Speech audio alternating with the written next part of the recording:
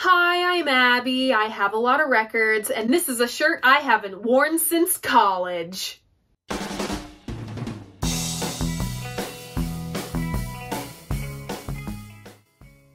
So welcome back, or welcome if this is your first time here. Vinyl Monday is the series where once a week I sit down and just talk about a classic album I love. If 20-minute episodes aren't your thing, don't worry. I also do Vinyl Monday in 60 seconds, both here on my channel and over on my Instagram. There was a bonus episode to last week's Vinyl Monday. It ended up being a two-parter, Power of a Supergroup. I did CSN's Couch album and Boy Genius's The Record, which just came out a couple weeks ago. That was so much fun, and I hope to be doing some more modern albums in the future. Stick around, maybe you'll see some crop up. And before I forget, 10K Q&A is going up on Friday. Announcement time over. This week's album is Unknown Pleasures by Joy Division. Congrats to those who guessed this one. Remember, if you want to play along, all you gotta do is check out my community tab. That's where I post my hints to what album I'm gonna cover next, as well as polls and Q&As and other fun stuff. All right, let's take the plastic off my super weird copy of Unknown Pleasures. My copy is a repress, and this is one of the oddities in my collection. This is a late 80s/early 90s run of Unknown Pleasures from Quest Records. As you'll see from the gold stamp on my very beat-up jacket, this was a promotional copy, probably given to a radio station. The record store where I went to college got cast-offs from radio stations from time to time, and I think this was one of them. Now let's talk about one of the most iconic pieces of cover art in music history. This was designed by Peter Saville, and the image was originally picked out of a textbook, either by Peter or Chris Mathin. It depends on who you ask. No, this album art is not black. It's actually a very dark blue. I don't know how my camera is gonna pick up on this color today. It might look a little more black, but in the previous videos I've had this in, it does show up a very dark blue. Another detail you can't see, but I really wish you could, is the textured cover. When I run my finger over it like this, I feel the embossing on this picture. This image has become synonymous with Joy Division. When you think of the name Joy Division, you're probably seeing this in your head. This is a stacked plot of radio wave emissions from a type of star called a pulsar. This is a kind of star that emits regular pulses of magnetic radiation from its north and south poles. And hey, I finally get to use my knowledge from my intro-level astronomy course in college. This image, once you know what it is kind of beautiful considering Joy Division's legacy. My weird copy doesn't have the original inner sleeve, but I'll throw up a picture of it here. It uses a photograph called Hand Through a Doorway by Ralph Gibson. This enigmatic, iconic packaging only happened because, well, Joy Division thought they were too ugly to be on their own album cover. Their conclusion being, our music is beautiful, why ruin it with us? Oh. Joy Division consisted of Ian Curtis on vocals and the principal lyricist Bernard Sumner on guitar and keys, Peter Hook on bass and also providing backing vocals for Inner Zone, and Stephen Morris on drums. Unknown Pleasures was produced by Martin Hannett and engineered by Chris Nagel. I have no idea what these bumpers are gonna end up looking like, but let's just get right to the recording and production of this thing. Roll transition.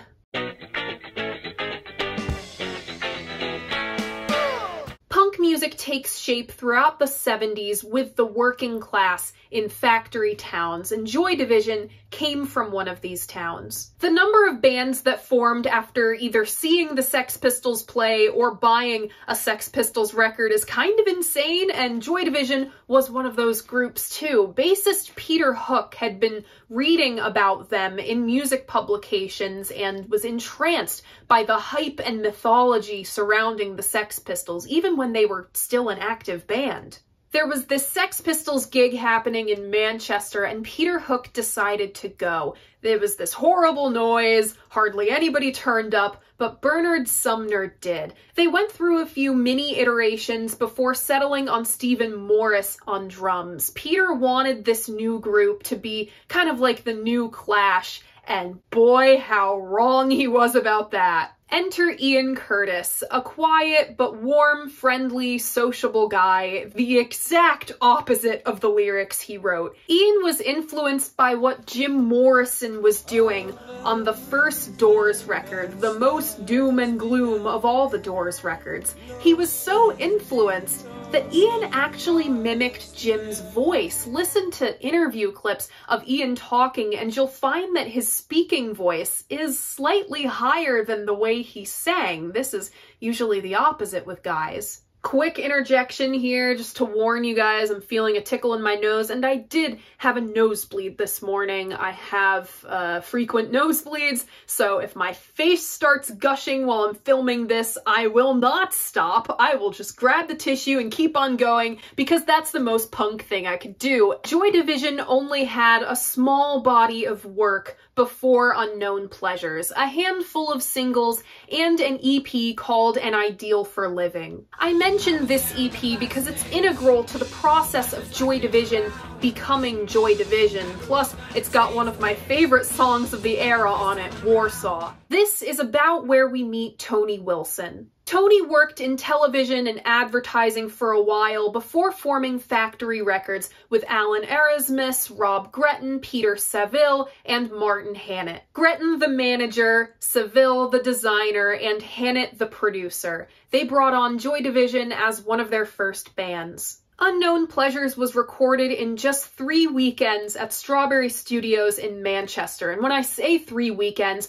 I really do truly mean 3 weekends. The recording process for this was very fast and total chaos. The songwriting process was hectic. The guys only rehearsed for 2 hours on a Wednesday and 3 hours on a Sunday because that was all the studio time they could afford. Ian would kind of just have to remember the music they jammed on and write his lyrics at home. Hannett told the guys the studio was cheaper at night. I don't know if that much is actually true. If someone living in Britain can tell me if electricity is cheaper to run at night, let me know. But the spooky atmosphere in the studio did lend itself well to the music they were making. Plus, Ian liked the quiet. Bernard specified recording itself took just 2 days, with the rest of the time devoted to mixing. Recording would have been done sooner had he not accidentally spilled a drink on his amp and needed a new one.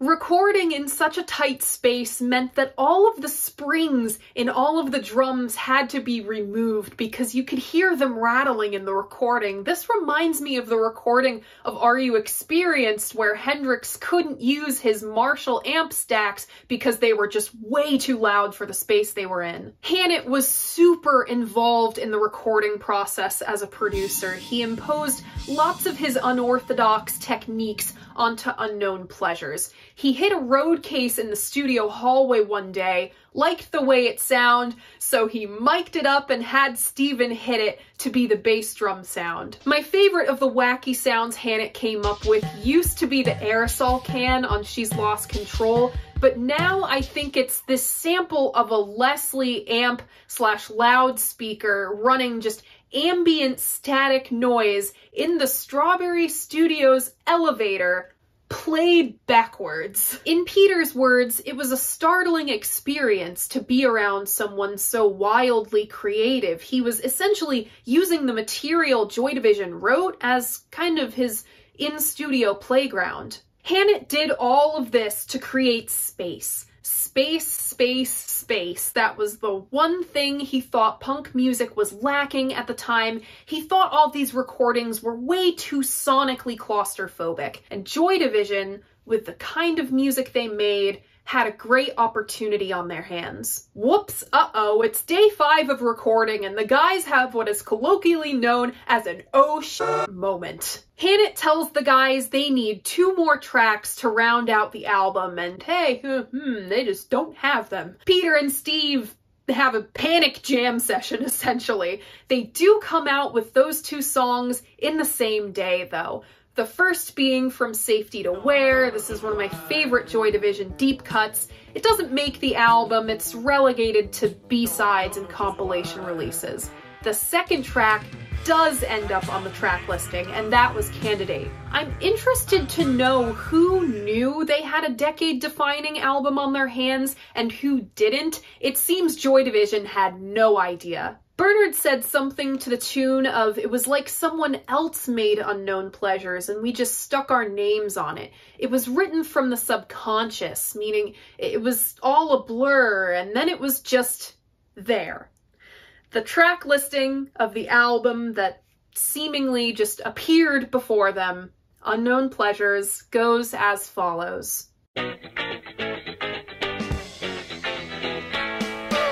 Opening side 1, we have Disorder, followed by Day of the Lords, then Candidate, followed by Insight, and side 1 closes with New Dawn Fades. Opening up side 2, we have She's Lost Control, followed by Shadow Play, then Wilderness, next Interzone, and the album closes with I Remember Nothing. Unknown Pleasures was released June 15th, 1979, hella close to yours truly's birthday. If only this thing had gotten out 24 hours earlier, then I would share a birthday with the coolest kiddest of the Cool Kid albums. It's fine, I guess I still have Workingman's Dead and Wheels of Fire. Unknown Pleasures was released to nothing. No fanfare at all. It was an off-the-beaten-path record on an independent label, and no one really knew about this release unless you were heavily steeped in the scene at the time or you knew somebody in the band. No singles, no promo, no nothing. The reason this album wasn't promoted was, well, Joy Division didn't want to promote it. They didn't feel like it, and Factory was perfectly fine with that. You know, that might have been for the best. I don't know how much I'd trust a bunch of 19, 20, and 21-year-old blokes with no press training promoting a record. And I think they liked the mystique of being the hermits of the music industry. A lot of the bands Joy Division were influenced by had this kind of mystique surrounding them, so why not emulate that? Once the non-album single Transmission was released, interest in Unknown Pleasures went from 0 to a non-zero number. This really didn't reach icon status until after Joy Division had run its course. Love Will Tear Us Apart became a hit in 1980 only after Ian Curtis's death, when the ashes of Joy Division were already actively becoming the Phoenix, New Order. Joy Division took off in part because of New Order. In the decades following, this thing has developed monster mainstream staying power, the likes of which this series has seen only once before. Dark Side of the Moon. I mean, even if you don't know the album, you know the album. Retrospective reviews hail this as one of the greatest and most influential records ever made. Of course, there's that review calling it Gary Glitter meets Velvet Underground. Everything about that statement has aged like milk. This record shaped where punk would go in the years to follow, ushers in something a little closer to post-punk. We're on the way to new wave. This is a lot more metaphysical than punk, and really, Unknown Pleasures authored how an entire decade of music would go, and then some. Bernard's guitar sounds like it's underwater. That influence is like every 90s band ever. I want to take some time to shout out the group Ceremony here. They're one of a litany of bands named after Joy Division songs. Ceremony is a modern post-punk band that's overlapped into fourth wave emo. Their 2015 record, The L-Shaped Man, is a fantastic record that I highly recommend to anyone who enjoys this record. Also, great album art. And I discovered through my research a band in the late 90s called From Safety to Where. Great music, terrible album art. I myself have a long and complicated history with this album, so what do I think of Unknown Pleasures?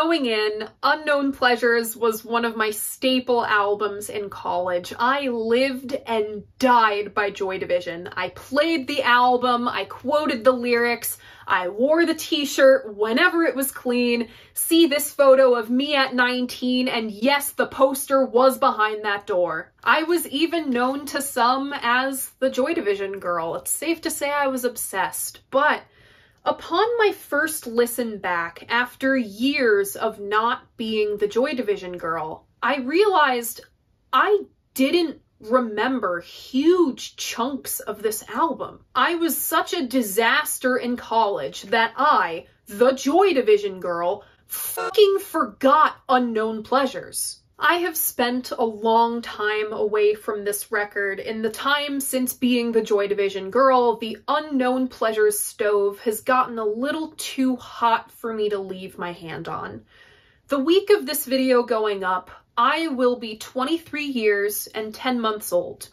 That is roughly the age Ian Curtis was when he died. I'm covering this album now because I want you, my core viewer base, who is older than me, to remember what 23 years old looks like. What it talks like, acts like, thinks like, breathes like, eats like, sleeps like. I don't like that Ian and his death have become some myth, because once upon a time, he was once multifaceted and vulnerable and not a hero and a real person. Because of my time away, I got to experience something that no music listener ever does, that music listeners fantasize about.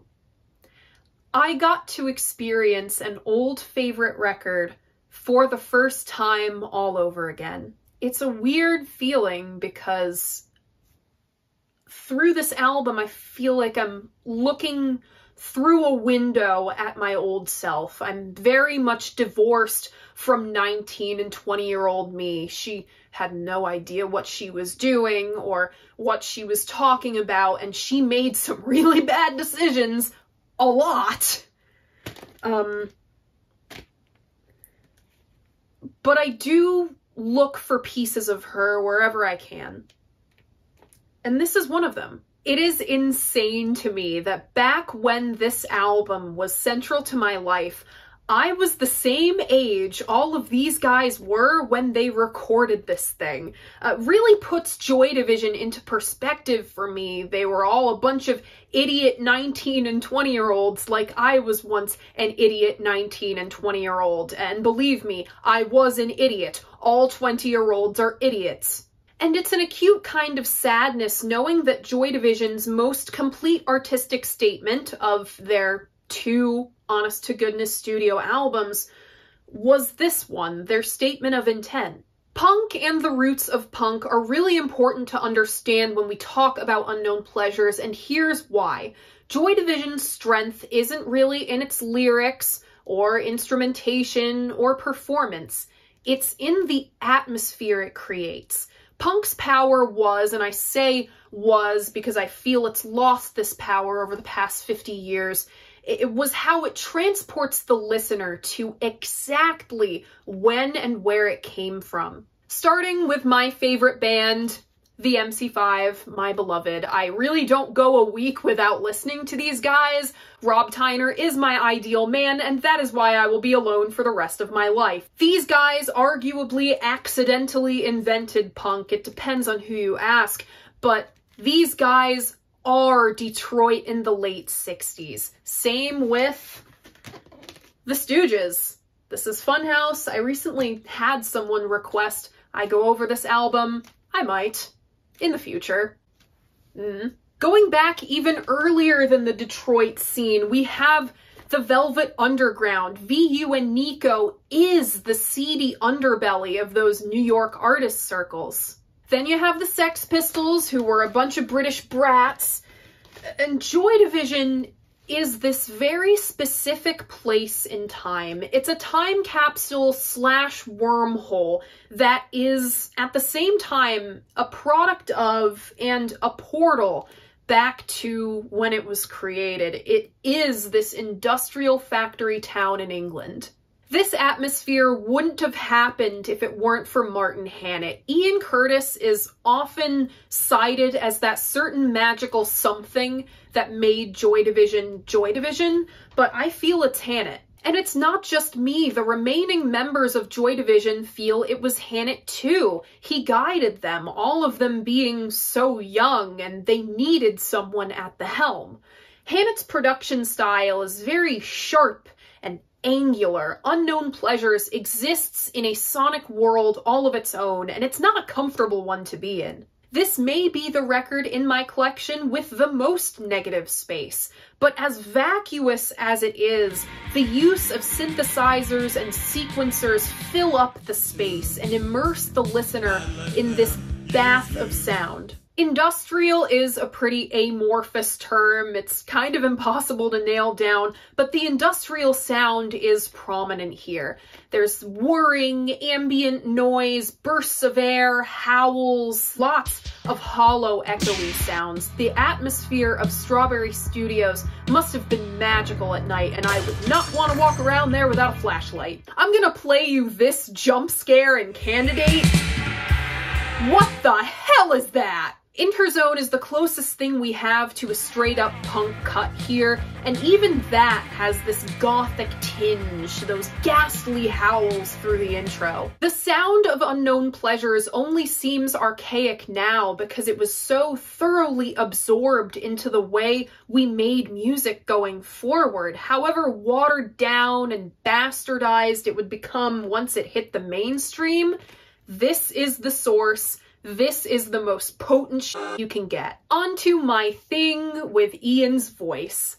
I don't always dig it, but when it works, it really works. The Ian voice as we remember, it has this religious incantation-like feel to it. I can almost picture him walking down a long hallway in robes, swinging the incense in front of him. But I think had Ian lived a little longer, had he made music a little longer, he would have eventually stopped doing the Jim Morrison thing. He would have started singing with his natural voice, become embarrassed by the fake voice, and disowned it. All the best Ian moments on here, the climax of New Dawn Fades, that final "Where will it end?" on Day of the Lords, those are when he crosses into his natural voice, and it feels good, doesn't it? I'm gonna do a little picking at Insight. The lyric, "I keep my eyes on the door," could be why Chris Mathen chose